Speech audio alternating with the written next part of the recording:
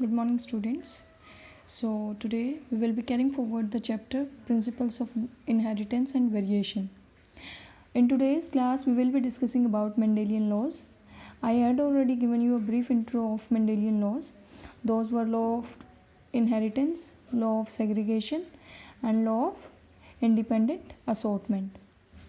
Next, we will be discussing about failure of Mendelian laws. Next, Punnett square, and then dominance. We will be going through all these topics using this cross provided over here. This is a cross between pure breeding tall and dwarf plant. Pure breeding or true breeding plant means that they are genetically pure. Hence, both the alleles will be same in the plant or the cell. So in the tall plant, both the alleles will be denoted with capital T. Now, why are we using capital T over here? Because tallness is dominant over the other trait, that is dwarfism. अगर किसी genotype में आपके पास heterozygous genotype है, alleles हैं. Heterozygous means एक आपके पास capital T है, एक आपके पास स्मॉल टी है, यानी कि वो ट्रू ब्रीडिंग प्लांट नहीं है.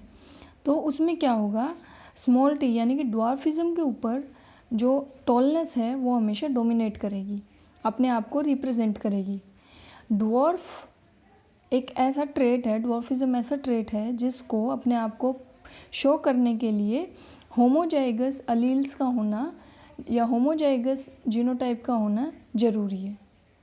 Homozygous means same, heterozygous means different. तो क्या सेम होगा, अलील्स सेम होंगे. Dwarfism is a trait. Trait क्या होता है, जो एक जनरेशन से अगली जनरेशन में ट्रांसफ़र हो सके. किसके थ्रू ट्रांसफ़र होगा, जीन्स के थ्रू ट्रांसफ़र होगा. तो ड्वार्फ जो ट्रेट है उसमें दो अलील्स हैं, दो अलील्स से शो होता है, यानी कि एक small T, other one is small T.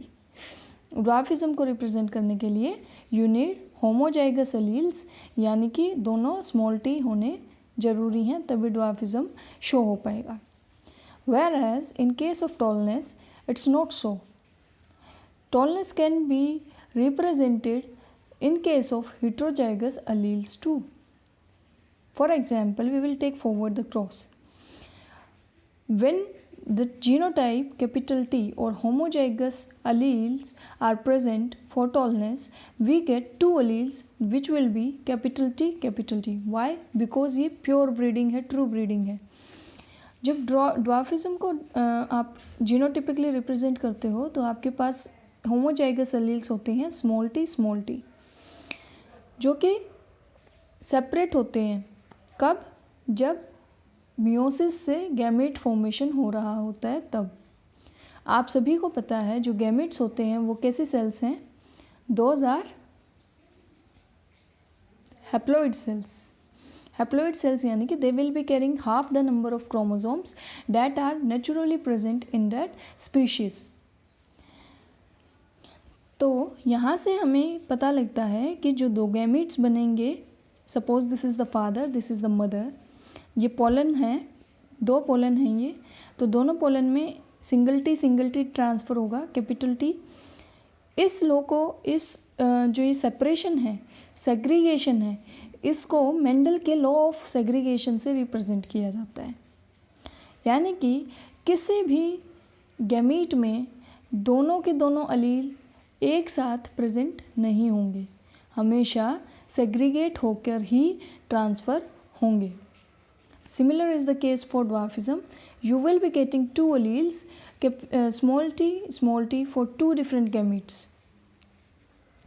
जब क्रॉस होता है तो बेटा you get the resulting genotype of F1 filial 1 as capital T small T, capital T small T, capital T small t and again capital T small t. Why? Because one parent is having two capital Ts and the other one is having 2 small Ts, आपस में combine होंगे तो क्या होगा, resulting genotype capital T small T होगा, क्योंकि एक अलील एक पेरेंट से आएगा, दूसरा अलील दूसरे पेरेंट से आएगा। अब यहाँ से आपको क्या पता लगा कि ये जो ट्रेट आया है ये कैसा ट्रेट है, इसकी कैरेक्टरिस्टिक क्या होगी।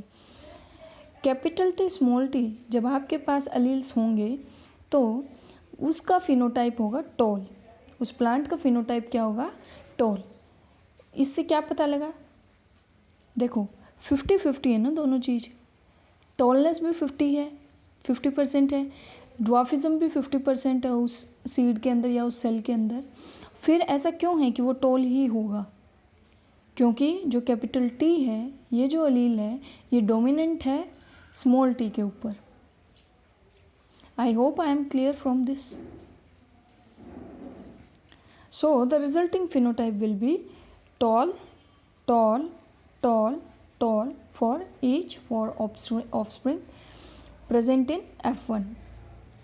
The genotypic ratio will be 100% capital T small t alleles, and the phenotypic ratio will be 100% tall plants. I hope the law of inheritance यानी टॉलनेस और ड्वार्फिज्म ही ऐसे ट्रेट्स हैं जो कि पेरेंट से जो फिलियल है, ऑफस्प्रिंग है, उसके अंदर प्रेजेंट होंगे। यानी कि इनहेरिटेंस का मतलब है कि कोई भी इंटरमीडिएट ऑप्शन अवेलेबल नहीं है, जितने टॉल पेरेंट्स हैं उतना ही टॉल ऑफस्प्रिंग होगा, जितना ड्वार्फ प्लांट है, पेरेंट प्लांट है, उतना ही ड्वार्फ रिजल्टिंग ऑफस्प्रिंग प्लांट होगा। There is no intermediate option available. So inheritance, law of inheritance इस तरह से आप एक्सप्लेन कर सकते हैं। लॉ ऑफ सेग्रीगेशन यानी कि दो अलील्स सेग्रीगेट होते हैं जब भी मियोसिस के थ्रू गैमीट्स बनते हैं, और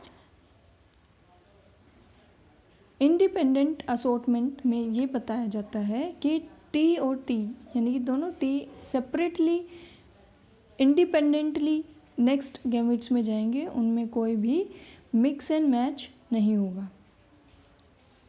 I hope I am clear. Now यहाँ से आपको पता लगा कि ट्रेड्स जो हैं वो इंटरमीडिएट रिजल्ट्स नहीं होंगे, ट्रेड्स में इंटरमीडिएट रिजल्ट्स नहीं होंगे। दे will B pure results which will be resembling the parents, but it's not true in all the cases. ये हमने बात की है मोनोहाइब्रिड क्रॉस की।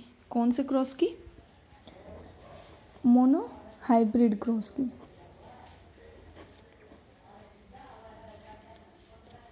जब हम किसी सिंगल ट्रेट को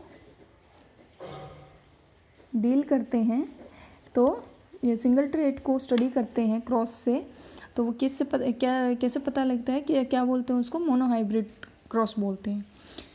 जब भी डाई हाइब्रिड क्रॉस होता है